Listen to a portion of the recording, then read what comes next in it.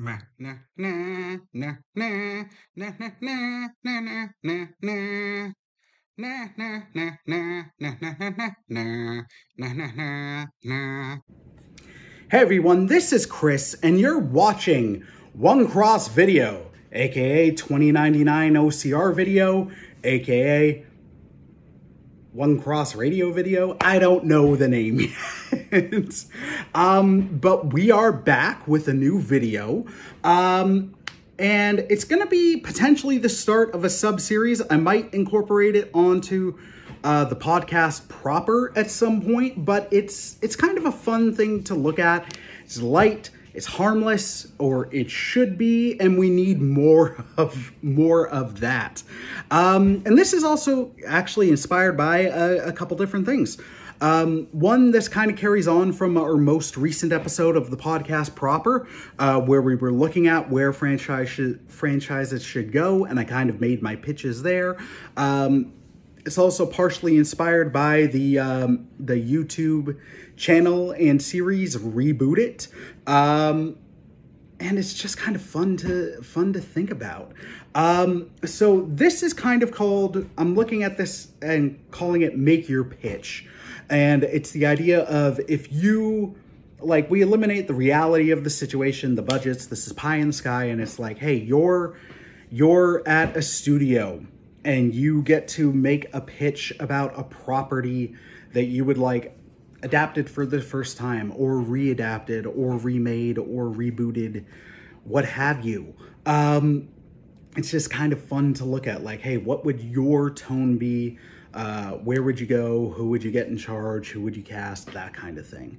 And to continue from some of the things I talked about in that Where Should They Go episode, we are looking at my pitch for where the Jurassic franchises should go. I'm calling it Michael Crichton's Jurassic Park. And then to follow it up with, to follow up on some of the stuff I said in the episode, I'm a huge fan of the original Jurassic Park film. I think it's borderline perfect.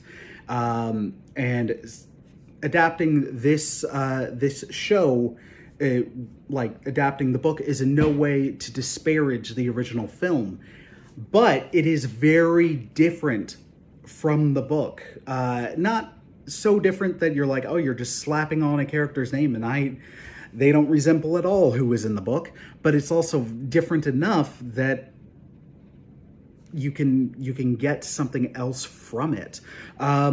Also, I don't know where there is to go for the film franchise. I really don't. I don't think the story lends itself to multi-picture films or an endless thing. It doesn't make sense to carry on. In the films now, it's like, okay, dinosaurs are out in the real world and they're acclimatized to coexisting with animals and man. Where do you go? And the book, the book was originally designed, it had a finite ending. Like, this is done.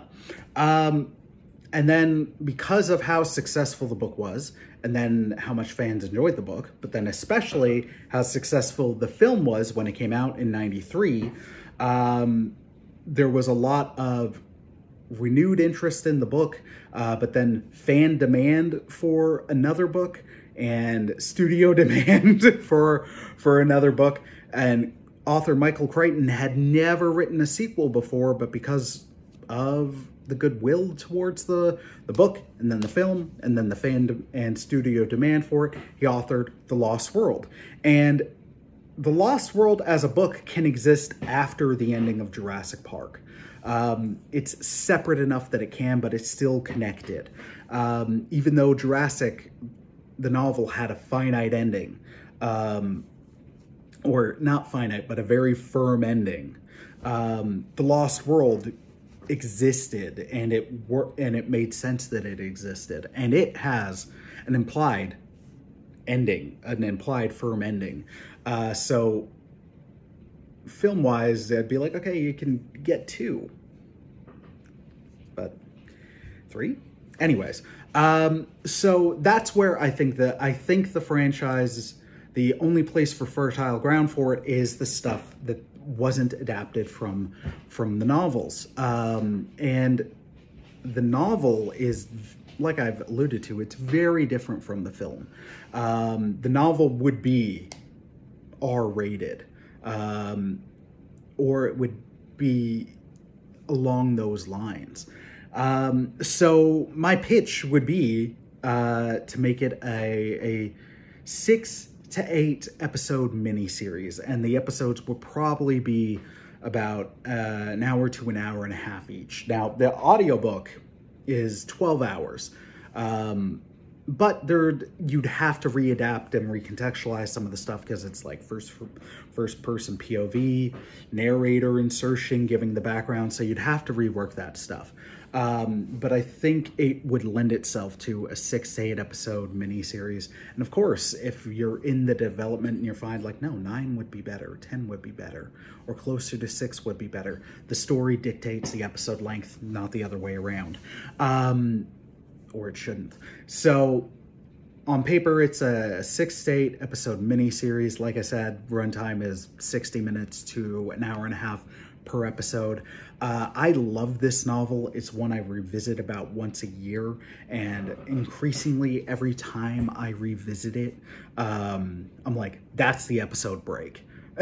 Like, that's where we cut off and where we continue in the next episode. And I start to picture who I would cast. And this kind of thing should be light. It should be fun because we're talking about movies that don't have huge lasting implications, or they shouldn't. So I'm trying to keep this light and fun, but I do have a love of the novel and of this franchise. So there's some care in it as well, but ultimately it's not anything I'm going to be yelling at anybody about, and we shouldn't do that as fans of stuff. Okay, so yeah, it would be a mini series. I think again, not knocking either Jurassic or the Lost World films, but I think those stories, the way that Crichton wrote them, if we're honoring those versions of the stories, they lend themselves to longer form storytelling, and miniseries would be perfect for that. I would have it be, I would be as faithful to the book as possible. Now, there would be some changes, I'll admit, but not many, because I think the books are fantastic. It would take place in 1989, like the book does. The book makes a great argument for why it's taking place at that time.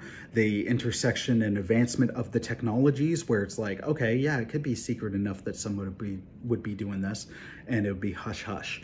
And also it explains how people can get separated and lost in places when they don't just pull out their cell phones.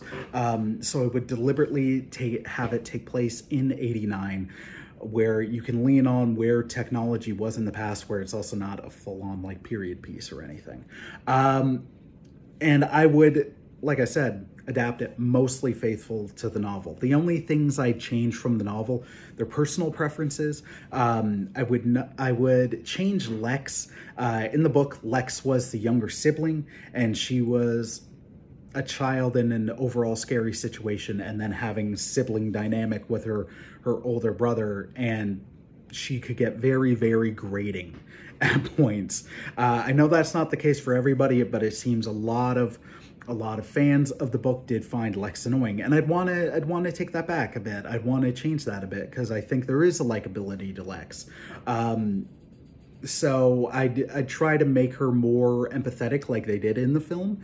In the film, they took a lot of Timmy's characteristics.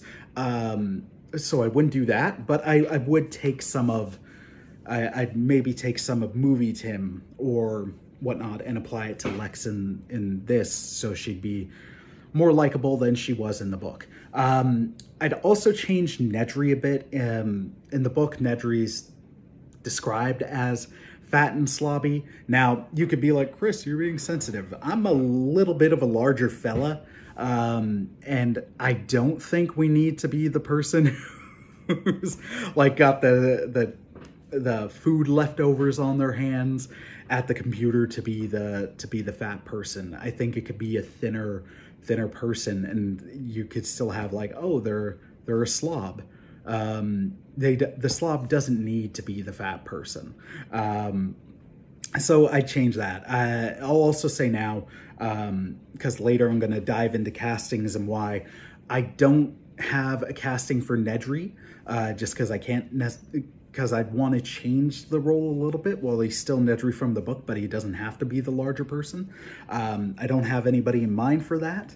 And I don't know younger, like kid actors enough to have a Lex and Tim. So those three roles I don't have. Okay, so I'm going to get into the tone of it. The tone of this show would be a bit of heavy foreboding. Like not catastrophe, but anybody who reads the book paints the picture pretty much off the bat where this story is going to go. It's going to end with people dying, and this isn't going to end well. So I would want to channel that, because like within the first chapter, like you're getting a much more violent raptor attack where we're not seeing the raptor attack anybody, but we're seeing the aftermath of it, where a young local worker who's like 19 is being brought to a village, and a character named Ed Regis is like, oh, it was a mining accident, and the doctor is looking at this kid who's torn from hip to shoulder, and she's like, this is more characteristic of a mauling. There's no debris, but there's a lot of what appear to be bites and scratches. That kind of thing. And as well in the first chapter of the book, because the first chapter, you don't even meet any of the main characters. Like, you meet Regis, but he's not a main character. He's more of a minor supporting role. And even that's brief, but it's a lot of setup to give the idea like, hey, the dinosaurs are already, some of them are already off the island. Like there's people getting sick in Costa Rica. There's small towns that have like versions of maternity wards and where the babies are, and the infant mortality rate is going up because some of it we're finding out, like the compies have gotten off the island and they're attacking the kids in the bassinets. And I show that without showing that, because that can get really, really dark, and I think you could have the horror of the implication of it with them around and the silence without actually showing some of the stuff. And the book doesn't go into gory detail or anything, but it's with that kind of tone. Like, that tells you that this is going to be, like, things aren't going to work out. So it would have that tone. Now, of course, there's going to be moments of optimism and beauty, because it is people seeing the majesty of dinosaurs as well. But those would be fleeting glimpses and fleeting moments. It would not be that for a chunk of it. Musically, if I can draw a comparison, I'd be like, think of the differences between John Williams scores between Jurassic Park and The Lost World. I think the Lost World score did have that different sense and that foreboding that I'd be going for tonally in this show. And I think that's appropriate. That's an appropriate segue to talk about the music. I would love to get Bear McCreary to score this show. I think I'm personally most familiar with him, and I'm a huge fan of his score for Godzilla King of the Monsters. And he reminds me a lot of Giacchino, who I did think about, but he's also done the Jurassic World scores. And it's been like, it's Giacchino, but it is also still grounded a lot in the musical world that Williams set up. McCreary is someone who, like Giacchino, can use those earlier themes, but then add his spin to it that doesn't detract. Two great examples of that from the King of the Monsters score is the Mothra theme, and you got that at the end credits. But then also the classic Akira Ifukube theme for Godzilla, like getting that in its full glory, but then hearing what Bear McCreary added to it, and then as well what he added throughout that score, I think he could do that foreboding, but also with those moments of optimism and beauty and the light humor that does show up. So I'd get him to do the score. I don't know who I get to to direct necessarily. For some reason, Guillermo del Toro's popping in. I'd like him maybe shepherding the thing. I think he could do it. Anyways, now I'm on to the casting. This is the one that is the longest, and I think it's the things that people most go towards with this. And the other thing, I am going to be talking about the characters and why I'd have them in here. Some of you might know me well enough to be like, well, Chris, it's because you like that person. Yeah, I think that's going to happen with any person casting stuff, but it's also because I think they'd be a legit good fit. All right, so first up for our Alan Grant. Book Grant is different from movie Grant. He doesn't have the hostility towards children that movie Grant does. He, like right off the back in the book, he's very supportive and encouraging to Tim and his interests in dinosaurs. But he does get a little bit of action-y scenes, not to the degree of, say, a Muldoon, but he does do stuff where there would be some action scenes, so he's got to have that edge to him. I'm leaning, I'm going Carl Urban. Carl Urban is a tremendous actor. And he, like, a lot of us know him from as Bones in the Kelvin Timeline Trek films. He was in Lord of the Rings, and his fantastic scream got cut, which sucks.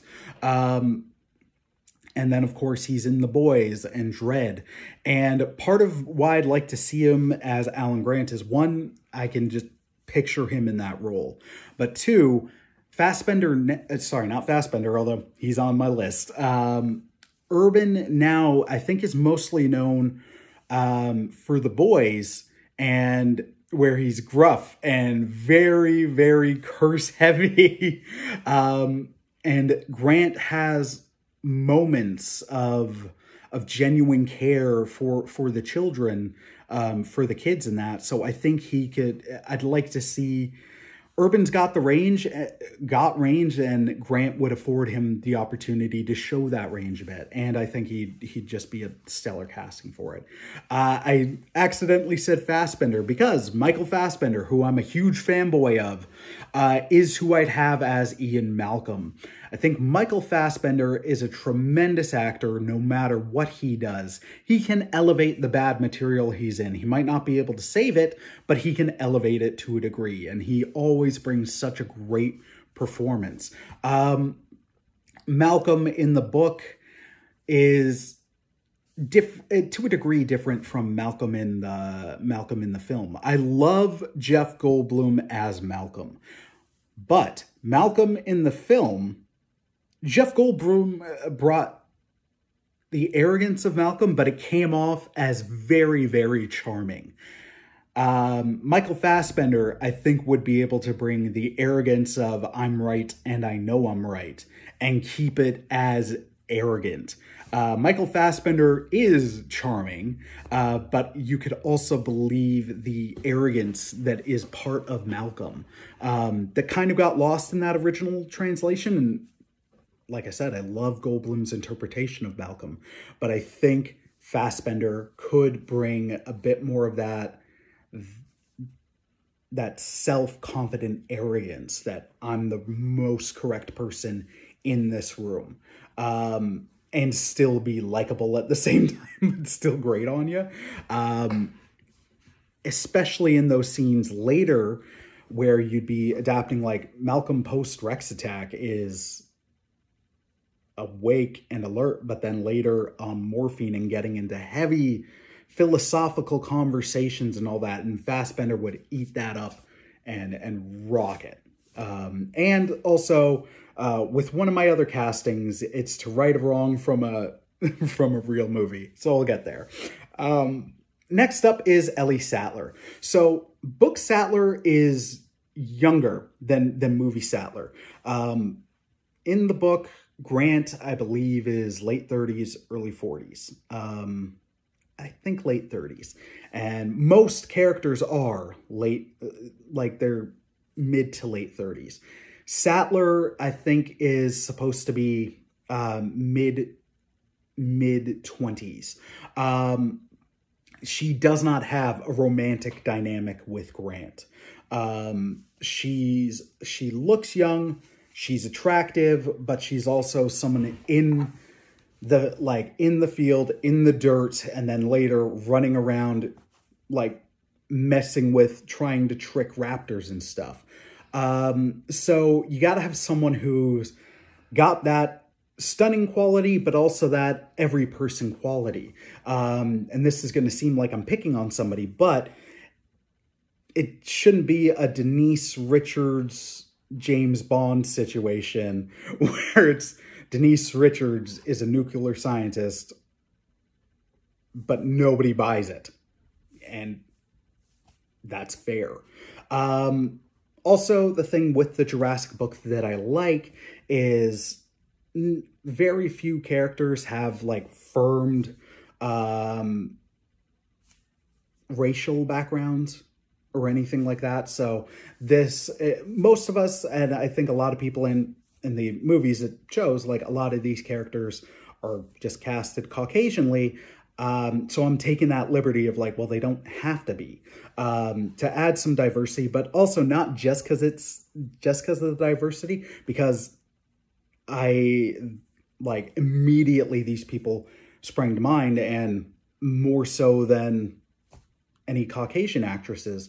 But for Ellie Sattler, I would honestly be looking at a Zendaya, I'm not sure how you pronounce her name, or Zoe Kravitz. Both are models and can be models. So both have that physical attractive factor. In the book, several times people are kind of pulled a bit by Sattler's looks, but also not distractingly so. And it's not like, oh, it's this movie model, but it's not the Denise Richards thing where you're like, I don't buy this. Because both of them also have looked and can look like the every person and can get in that role where you just believe them there.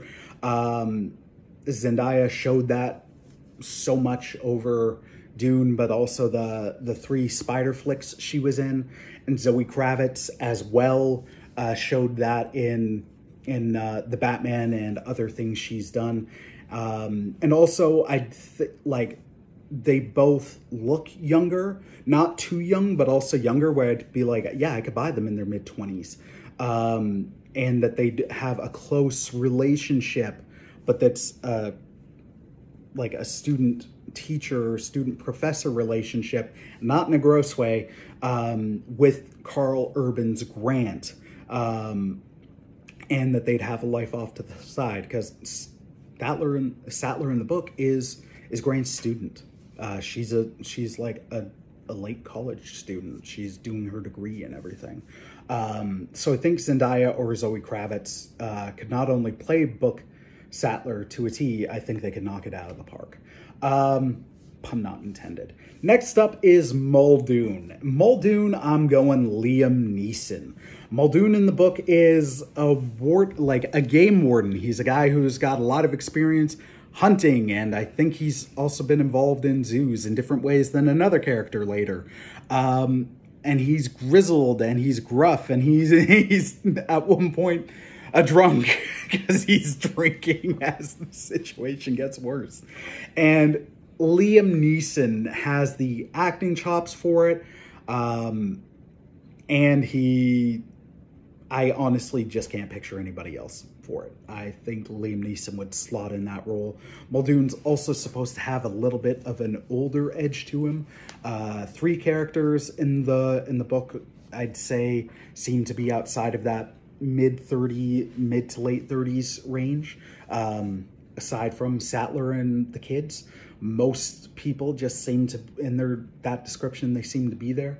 But Muldoon, Hammond, and John Arnold, I think all of them are, you could go like mid 40s, early 50s, except for Hammond, who's like in his 70s. So Neeson, I could picture in that role as well as this grizzled, this gruff and grizzled game warden who has hunted and has helped with zoos and also has a healthy fear of these animals, but also a desire, if they go out of line, to do what he can to fight them. He's not going to run away. So I think Neeson would knock that out of the park. Did not mean to make that accidental joke. Second time. Next up, I've got John Arnold, Sam Jackson in the original movie. In this movie, in this show, I would go Idris Elba. One, because I'm a giant Idris Elba fan. That man is ridiculously handsome, ridiculously charming, but also a terrific actor. Also, he can play older, can play younger, can play authoritative. John Arnold in the book is has had a career, I think, I believe he worked with NASA, possibly with the military. So he's got to have some authoritative semblance. But he's also been the head honcho running theme parks, learning stuff with lines and technology and stuff that he would have to have this not been there, done that, but lived that quality. And I think Idris Elba could nail this part to a T. And then as well, the reason, a big reason, honestly, I want to cast Elba, aside from I'm a huge fan of the guy, and I do think he could just play the role amazingly. You might notice I have Michael Fassbender as Malcolm. They share some scenes debating in the book. They were also in a little movie called Prometheus together, and to me, it was a wrong of that film, several wrongs, was you have two actors of that caliber and they barely share a scene together, let alone actually substantive lines. So for that alone, just to watch these two amazing performers perform off each other, Elba. Friggin' give me Elba in this role. Next up, I'm going a little bit younger, and this one might be weird, but for Henry Wu, who I think is older than Ellie, but still not, I think, late 20s he's supposed to be, because he's not fresh out of college, but did stuff in schools, but then Hammond basically poached him before he got into the academia world. I'm going with Randall Park, who we know in Ant-Man, or Office fans know him as Asian Jim. Randall Park is a very charming fellow, and I think most audiences know him for his comedy and his excellent comedy, because he has really good comedic chops. But I think he can do a non-comedic character very, very well. Wu does have some arrogance, but also some second guessing to him that I think Randall Park could play very, very well. And Wu in the book gets a grisly demise. I hinted earlier at that tone. In the film, Grant says to the kid, and it happens with Muldoon, just nowhere near as graphic. In the film, he's like, they are alive when they start to eat you. Wu in the book has a raptor jump down on him, tear into him, and he's alive and screaming and seeing them bite into his intestines. So it's a very, very grisly demise. And it's for a character who's trying to right the wrongs that he's done as he's learning the errors of his arrogance. I just think Randall Park could do that very, very well. There were I'd seen some other fan castings and suggestions with some other talented actors, but I'm like, they're too actiony. I would buy Randall Park as a to a degree smug scientist. For John Hammond, this one is, I'll admit, a bit stunt casty, but I think either of the performers would make their stamp on book Hammond enough that you wouldn't just be like, oh, you're getting them from the first movie. Part of it is, yes, they're in the first movie, so there's a bit of that stunt thing. But also it's different enough from either of the roles in the first movie. Both actors could nail it, and also John Hammond is a dick in the books. He's a bad dude. He's a con man. He's a hustler. And he's so self-assuredly arrogant, but not in the bearable way that Malcolm is. It's the, in a way, cutting corners kind of way. I'd go Jeff Goldblum or Sam Neill. Partially because they were in the first movie. And make no mistake, if Jurassic ever got adapted into a show, if the book ever got that, it wouldn't have without the movie. The franchise does not exist without the film. Heck, the second book doesn't exist without the film. And as much as I'm respectfully trying to get away from the film in the way of like homaging it, but also like it's has to be different. It's its own thing. The book was different from the film. There are ways I'd want to pay homage to it. Aside from slight musical cues, I honestly think casting someone from the original film, but in the role of Hammond, could be a good way to go, and both actors could knock that out of the park. I gotta stop saying that because I'm not even meaning it punnily. It's just I think they'd be great in the role. I can't necessarily picture other people except for the late great Philip Seymour Hoffman. But I think they'd make a stamp on it. Hammond in the film is a minor part of Hammond in the book. Hammond in the film is charming and good-natured and doesn't want to cater to the super rich. Yet Hammond in the book constantly looks at like, oh no, it's this, and we're going to make a lot of money. And as things happen, basically turns on everybody. Like there's thoughts where he's like, this guy was the wrong, it's everybody's fault but his own, amongst many, many other things. So I think Goldblum in particular or Sam Neill could play the book John Hammond incredibly well, and it's a way to acknowledge lovingly what came before.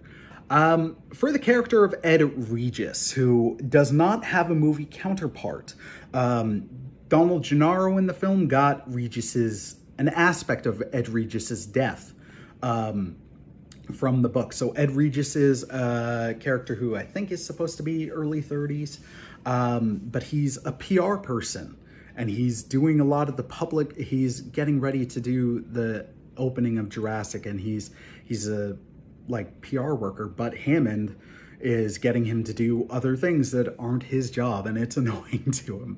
Like he's the one that has to give the tour to everybody as much as he's like, this is my job. And he's the one that takes the kid to the injured worker kid to the doctor at the start. And he's in over his head, and he's like firmly lying about what happened. It's mostly because I like him. I like the actor. I think he's a fantastic actor, but also I just think he'd be good in the role, and he'd make it memorable while still not like stealing focus or anything. I'm putting in my boy Joseph Gordon-Levitt. I think he could really play Ed Regis well, where you'd buy his frustration at the predicament he's in, his cowardice, like his fight or flight, debatable cowardice when the wreck shows up, because in the book it's Regis who flees the kids, and then he does try to go look for them afterwards when he starts hearing them, and then he meets his untimely demise with the juvenile Rex. I think Joseph Gordon-Levitt could do all of that. Gary Harding, who in the movie is just the guy with the trike at the Jeep and that's it.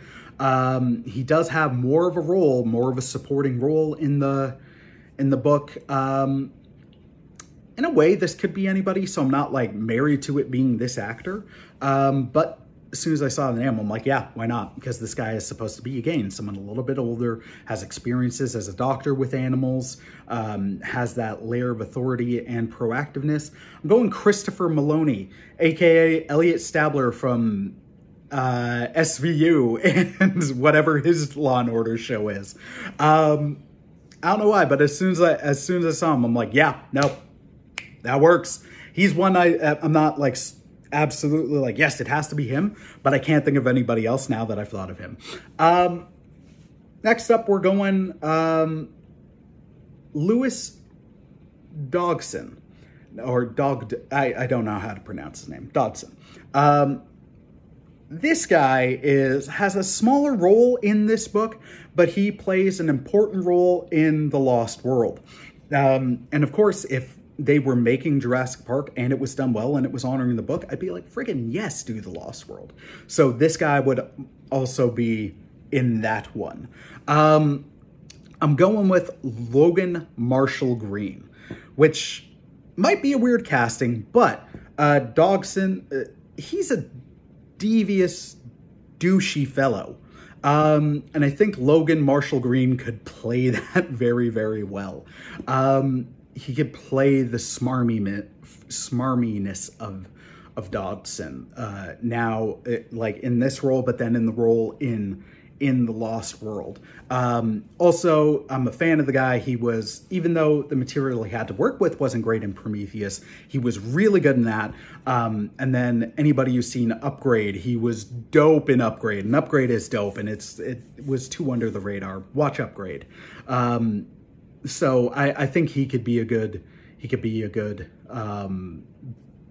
Dodgson, where, yeah, he's he's a handsome man, but he's also not like Beefcake Cavill handsome. Where it's like, I am too distracted by your abs to believe that you're this guy working for a biotech. No offense to Henry Cavill. Love Cavill, but he's too good looking to play Dodgson. Logan Marshall Green, I think he could be a good Dodgson in this and in Lost World, should it get made. Next up, we've got Donald Gennaro. This I'm changing. I'm going a different route because Gennaro in the book is not the cowardly lawyer that he is in the film. He is at points, but at other points he's proactive and combative with Hammond. He'll jump in to help Muldoon do things. And then, yes, later he'll have his moments of fright and hesitancy, or outright like, nope, not doing that. And then he'll reluctantly go along. But he's not like, I'm going to run away from the kids, kind of cowardly. And an actor who I think can bring all of that and just the believability of a high-powered attorney that is likable, but can also play the fear and the later cowardly-ish elements. I'm going with Sterling K. Brown. One, look how handsome this man is. But two, anybody who has seen Sterling K. perform knows the range he has. You could buy him being proactive and going along for the actiony portions, as well as being like, hell no, to doing things that he doesn't feel he has to, or dodging responsibilities. And also, I just want more Sterling K. Brown on the screen because he's a fantastic actor. So I'm going with him for Gennaro. Like I said, I don't know who I do for Nedry or Lex or Tim. So those are open. Now, there's a couple last castings. These are more what I look at as fun cameo. Because the early chapter, the first chapter of the book, features characters that, one, you don't really see again, except for one. But then also it does the setup before we get to our core group. Because again, it's establishing that the thing that's not supposed to happen has already happened. The dinosaurs are off. Some of them are off.